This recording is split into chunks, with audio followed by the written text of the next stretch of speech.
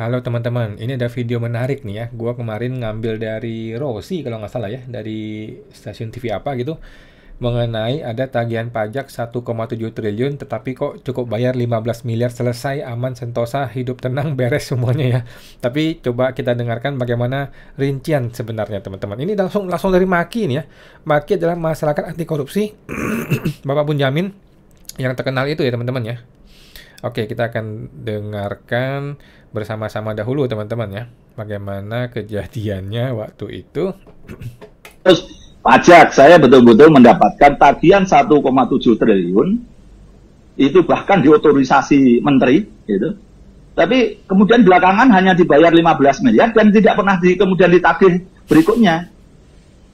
Itu terjadi kasusnya real, Mas? Real. Oh, sudah saya sepil beberapa kali juga kok dan sudah saya buka. Jadi ada sebuah perusahaan yang menunggak kewajiban 1,7 triliun. Maka terhadap orang-orang pentolannya sekitar 3 orang itu dilakukan sandera. Nah, terus yang bisa disandera ternyata hanya 1 yang tidak punya saham. Terus kemudian di suatu aturan yang dirubah pada saat bersamaan dia cukup membayar sesuai harta yang dia punyai. Toh kalau diperkarakan pun akan ya kena harta yang dipunyai. Nah, harta yang dipunyai dari mana? Dari surat pemberitahuan pajak terutang SPT. Nah, SPT-nya 15 ya cukup suruh bayar 5 miliar dilepas. Yang 2 orang tadi tidak pernah dikejar. Padahal untuk menyandera dan melepaskan sandera itu sampai otoritasnya sampai menteri.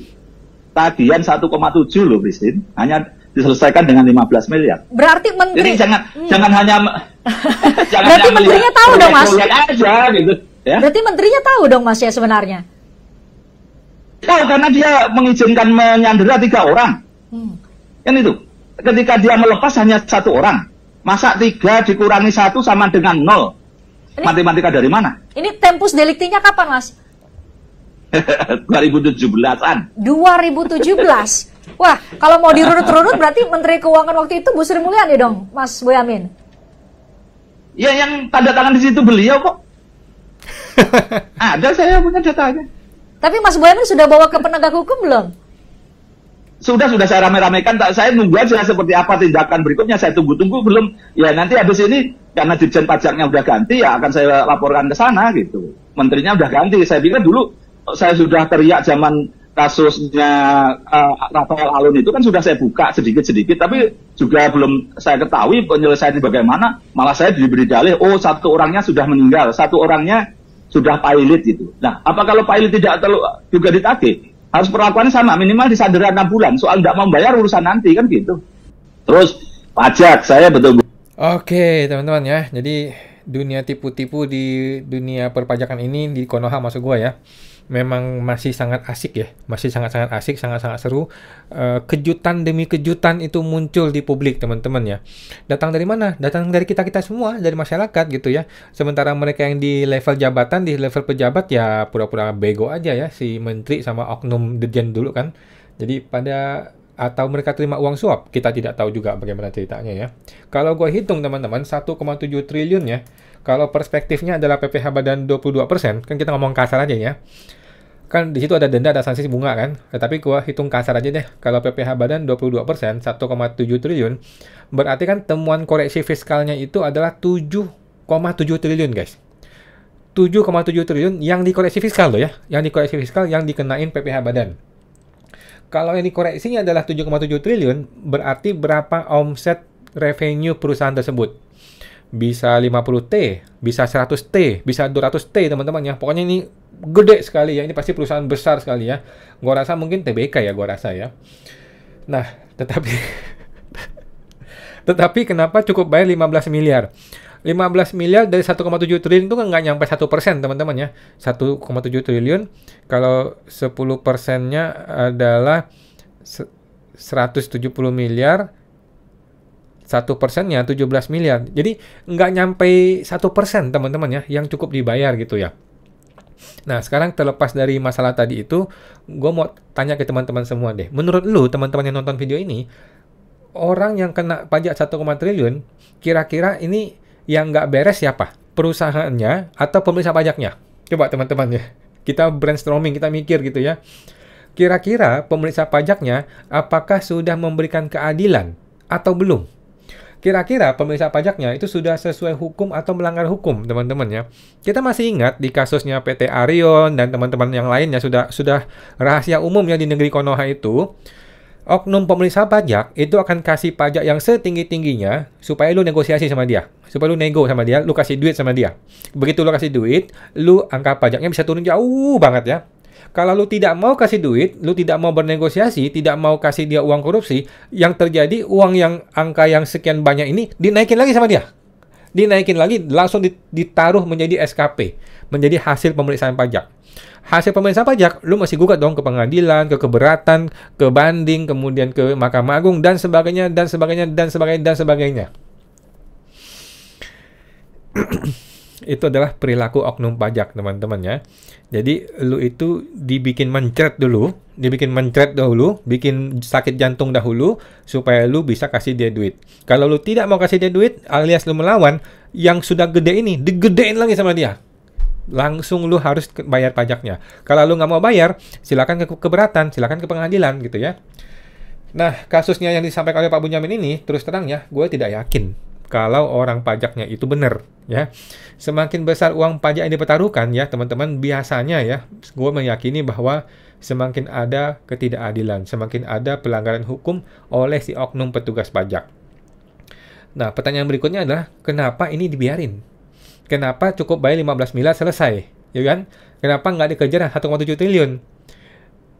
Jangan-jangan ada uang suap kepada Pak Dirjen Pajak Surya Utomo, contoh teman-teman ya, atau Ibu Menteri Keuangan Sri Mulyani. Kita tidak tahu teman-teman, kita nggak tahu kejadian sebenarnya karena ini barang tidak terbuka ke publik. Yang kita tahu adalah menurut Pak Purbaya lagi, si Pak Bunyamin ini barang belum selesai tapi nggak ada kabarnya. Apakah ini termasuk yang Pak Purbaya kemarin bilang 60 triliun potensi inkrah itu? Kita nggak tahu teman-teman ya. Kita ulang lagi sebentar videonya ya, supaya gue bisa langsung komentari teman-teman ya. Betul mendapatkan tagihan 1,7 triliun, itu bahkan diotorisasi menteri, gitu. Tapi kemudian belakangan hanya dibayar 15 miliar dan tidak pernah kemudian ditagih berikutnya. Nah, jadi ditagih 1,7 triliun, sudah nyampe ke level Menteri Keuangan, sudah diotorisasi untuk ditangkap, sudah diotorisasi untuk ditagih, tetapi faktanya yang tertagih cuma 15 miliar. Mau jadi apa negeri Konoha ini ya? Jadi gini loh, kalau lo mau lepasin orang, minimal kan ada dasar hukumnya, minimal kan ada pertimbangannya gitu kan. Tetapi nanti dia kasih tahu nih pertimbangannya apa, dan nonton. Itu terjadi kasusnya real, Mas. Real. Ini si Mbak siapa ini, Fristian Greg ini sampai bertanya-tanya dalam hati dia, ini real? Ini beneran nggak 1,7 triliun? Dijawab sama Pak Bunyamin, real katanya. Dan gue kasih tahu teman-teman ya, gue tidak kaget. Ya, terus terang gue tidak kaget. Gue hanya tersenyum dan tertawa-tawa saja. Gue tidak kaget dengan kejadian seperti ini. Hal yang biasa guys, hal yang biasa seperti ini ya. Ini adalah yang terpublis, yang ketahuan ke publik. Yang tidak ketahuan, yang beresnya diam-diam, itu banyak banget teman-teman ya. Tapi di negeri Konoha, kalau Indonesia nggak ada gue rasa begituan ya. Lanjut. Oh, sudah saya sepil beberapa kali juga kok, dan sudah saya buka. Jadi ada sebuah perusahaan yang menunggak kewajiban 1,7 triliun. Maka terhadap orang-orang pentolannya sekitar 3 orang itu dilakukan sandera. Oke, jadi 1,7 triliun kemudian nggak dibayar, kemudian dilakukan sandera, alias feeling gue ya, alias dia tidak melakukan upaya hukum. Kalau dia melakukan upaya hukum ini tidak disandera ya, tetapi karena dia mungkin dia udah malas ya, 1,7 triliun gimana bayarnya bos? Pakai apa bayarnya bos? Jadi orang pajak itu memang suka gila, terutama yang brengsek ya. Dia kasih kita SKP pajak yang dia tahu kita nggak bisa bayar. Ketika lu nggak bisa bayar, lu juga mikir, ngapain gue bayar pengacara? Ngapain gue repot-repot mengajukan upaya hukum? Toh gue nggak bisa bayar gitu loh, ngapain? Akhirnya orang ngamuk, orang kabur gitu loh. Orang kabur, yang terjadi apa? Yang terjadi adalah sandera, dimasukin ke penjara ya. Nah, terus yang bisa disandera ternyata hanya satu yang tidak punya saham. Terus kemudian suatu aturan yang dirubah pada saat bersamaan, dia cukup membayar sesuai harta yang dia punyai. Toh kalau diperkarakan pun akan ya kena harta yang dipunyai. Oke, jadi gue berusaha mengambil kesimpulannya. Ada tiga orang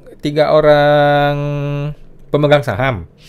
Tiga-tiganya mau disandra, tetapi hanya satu yang berhasil disandra. Yang dua ini tidak berhasil disandra. Gua tidak dapat poinnya. Kenapa orang dua ini tidak bisa disandra? Entah karena dia meninggal, entah karena dia tidak ada di dalam akte pemegang saham atau apa gitu ya. Gua nggak nangkap di sini. Tetapi yang satu berhasil disandra. Oke. Setelah disandra, ternyata dia hanya diminta bayar 15 miliar. Kenapa? Karena ketika orang disandra dan disuruh bayar, cuma ada dua kemungkinan teman-teman ya.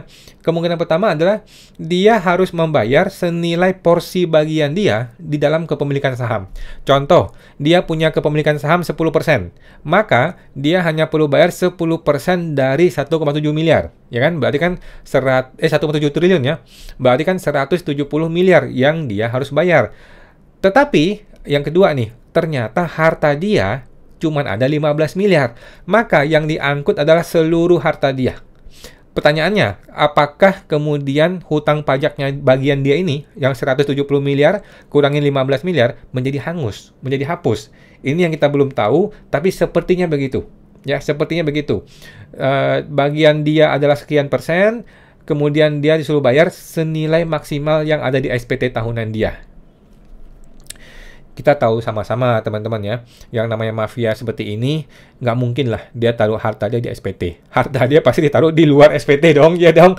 Ya akhirnya cukup bayar 15 miliar dan akhirnya, kalau betul dia betul-betul mengkorupsi uang, nggak korupsi uang juga ya. Ini kan hutang pajak ya. Kalau betul dia memang orang kaya, dia cukup bayar 15 miliar, kemudian ya udah pindah warga negara selesai. Ya, Konoha Residence. Nah, harta yang dipunyai dari mana? Dari surat pemberitahuan pajak terhutang SPT. Nah, SPT-nya 15 ya cukup suruh bayar 15 miliar dilepas. Yang dua orang tadi tidak pernah dikejar. Ya. Jadi harta dia disuruh bayar senilai bagian dari persentase saham dia. Kalau masih nggak cukup di harta dia, ya udah seluruh harta dia diangkut, selesai. Kira-kira begitu yang gue pahami ya. Tetapi kan tentu saja tidak selesai. Yang terjadi adalah biasanya kalau di negeri Konoha itu kasih duit ke Ditjen Pajak, atau kasih duit ke Kepala Kanwil, atau kasih duit ke Menteri Keuangan atau siapa gitu ya. Tapi di Konoha teman-teman ya, setelah kasih duit ya udahlah lu cukup bayar 15 miliar selesai gitu kan. Tapi yang dia kasih kepada si oknum petugas pajak bisa 100 miliar. Ya. Padahal untuk menyandera dan melepaskan sandera itu sampai otoritasnya sampai menteri. Tagihan 1,7 loh, Christine. Hanya diselesaikan dengan 15 miliar. Berarti menteri. Jadi jangan hanya jangan berarti menterinya tahu dong, Mas. Aja, gitu, ya. Berarti menterinya tahu dong, Mas, ya sebenarnya. Tahu karena dia mengizinkan menyandera 3 orang. Jadi si Christian ini kayak bercanda, kayak pura-pura bego gitu ya. Bukan menterinya tahu, menteri itu pelakunya. Dia yang bikin keputusan, dia yang ngejar-ngejar, dia yang memaksakan SKP, dia yang meminta penyanderaan, dia juga terima uang suapnya. Kalau di Konoha, teman-teman ya, kalau Indonesia mah pada bagus menteri-menterinya. Justru dia pelakunya. Jadi pertanyaannya bukannya si menteri tahu apa nggak tahu, pertanyaannya menteri terima uang berapa duit untuk bisa membebaskan 1 orang ini atau 3 orang ini gitu ya. Tapi itu di menteri Konoha, teman-teman ya, di Indonesia mah nggak ada yang begituan. Kan itu. Ketika dia melepas hanya 1 orang, masa 3 dikurangi 1 sama dengan 0? Matematika dari mana? Jadi maksudnya itu 3 orang yang seharusnya disandra, cuman 1 yang berhasil disandra, yang 2 ini tidak berhasil disandra, itu pun yang 1 ini cukup bayar 15 miliar dan 3-tiganya dianggap selesai. Kira-kira gitu yang gue tangkap ya dari Pak Bonyamin, dan dia komplain ini ya. Ini tempus deliktinya kapan, Mas? 2017-an. 2017. Wah, kalau mau dirunut-runut berarti Menteri Keuangan waktu itu Bu Sri Mulyani dong, Mas Boyamin. Ya, yang tanda tangan di situ beliau kok. Ada, saya punya datanya. Tapi Mas Boyamin sudah bawa ke penegak hukum belum? Sudah saya rame-ramekan. Saya nunggu aja seperti apa tindakan berikutnya. Saya tunggu-tunggu belum. Ya nanti habis ini karena Ditjen Pajaknya udah ganti, ya akan saya laporkan ke sana gitu. Menteri Ditjen Pajak baru Pak Bimo mah hangat-hangat tai ayam, nggak jelas ini orang. Jadi gue sih tidak berharap dari Pak Bimo ya. Masa Pak Bimo sama Menkeu atau Presiden ya disuruh belajar sama Dirjen sebelumnya. Lah Dirjen sebelumnya dipecat karena nggak beres kerjaannya. Masa Pak Bimo disuruh belajar dari dia? Ya elah. Udah gitu Purbaya lagi disuruh belajar dari sama Dirjen Pajak. Purbaya disuruh belajar dari Dirjen Pajak. Pak Bimo ditempeleng sama Purbaya. Siapa? Lu, gua ketua LPS, lu siapa? Jadi dunia ini memang kacau ya, segitu kacaunya dunia birokrasi di negara kita ini ya teman-teman ya. Presiden kok bisa suruh menteri belajar dari dirjen yang baru diangkat 1 bulan ya. Jadi teman-teman, bahkan selevel Pak Bonyamin, ketua MAKI aja, masyarakat anti korupsi, ketika diviralkan nggak jadi apa-apa. Jadi tai aja ini barang gitu loh. Cuman bisa dia viral-viralin kemana-mana aja, ngomong doang, nggak bisa bertindak. Apalagi gue teman-teman, apalagi gua. Kita ini cuma dianggap tai sama para pejabat-pejabat brengsek ini teman-teman ya. Menterinya udah ganti. Saya pikir dulu saya sudah teriak zaman kasusnya Rafael Alun itu kan sudah saya buka sedikit-sedikit, tapi juga belum saya ketahui penyelesaiannya bagaimana. Malah saya diberi dalih, oh 1 orangnya sudah meninggal, 1 Ya. Jadi Rafael Alun, kita ingat teman-teman ya, Rafael Alun itu kan kacau itu. Pertanyaan gua, Rafael Alun dibilang korupsi, dibilang terima gratifikasi. Pertanyaan gua, siapa yang memberikan gratifikasi? Sampai hari ini tidak ada. Teman-teman ya, sampai hari ini tidak jelas dan tidak ada siapa memberikan uang sampai ratusan miliar kepada Rafael Alun. Nggak ada, teman-teman. Atau ada kali ya? Nggak tahu juga gue. Tapi ya segitu sulitnya penegakan hukum di negara kita ini. orangnya sudah pilot gitu. Nah, apa kalau pilot tidak juga ditagih? Harus perlakuannya sama, minimal disanderakan. Ya, jadi ternyata kata Pak Bonyamin ya, yang 2 orang yang menghilang ini, yang satunya meninggal, satunya pilot ya. Mohon maaf nih Pak Purbaya ya. Ketika orang meninggal dan orang itu pilot, menurut PMK 61 kalau nggak salah ya, tahun 2023 kalau nggak salah ya, orang yang meninggal atau perusahaannya pilot atau orangnya pilot tidak menghilangkan kewajiban pajaknya ya, di PMK 61 kalau nggak salah ya. Jadi harusnya negara tetap mengejar kalau itu betul, kalau itu benar. Yang gue khawatir adalah ternyata pemeriksaannya nggak beres. Pemeriksaannya itu ngaco, kemudian negosiasilah bayar 15 miliar, kemudian ada uang suap kepada Pak Dirjen atau Pak Kanwil atau Ibu Menteri atau siapa, gue nggak tahu ya, gue nggak tahu. Yang gue khawatirkan seperti itu. Akhirnya damai, win-win solution. Itu yang gue khawatirkan. Bulan, soal nggak membayar urusan nanti kan gitu. Terus, oke, teman-teman ya. Seperti itu ya, kita masih sangat prihatin dengan dunia tipu-tipu perpajakan di negeri Konoha ini teman-teman ya. Kita sih berharap Pak Purbaya betul-betul berani memperbaiki. Tetapi kalau memperbaiki ya, selalu harus dimulai dari tax amnesty. Karena kalau lu mau membongkar bobrok yang lama-lama 5 tahun ke belakang, pasti ada, pasti banyak, tetapi juga akan muncul perlawanan dari orang-orang. Karena orang-orang juga merasa, dulu lu nggak edukasi gua, sekarang lu tiba-tiba mau gertak gue, kan gitu kan, orang melawan. Akhirnya kita bukannya maju forward ke depan, kita masih rumit ngurusin yang belakang-belakang ini, masih rumit urusan hukum yang belakang-belakang ini. Akhirnya negara nggak bisa maju. Sedangkan Pak Purbaya kan dia punya prinsip forward kan, going forward ya, dia punya prinsip lupakan masa lalu, maju ke depan. Nah kalau mau begitu, yang paling benar adalah tax amnesty 2025 atau 2026. Oke teman-teman, itu aja, kita tunggu gebrakan selanjutnya dari Pak Purbaya. Sampai jumpa.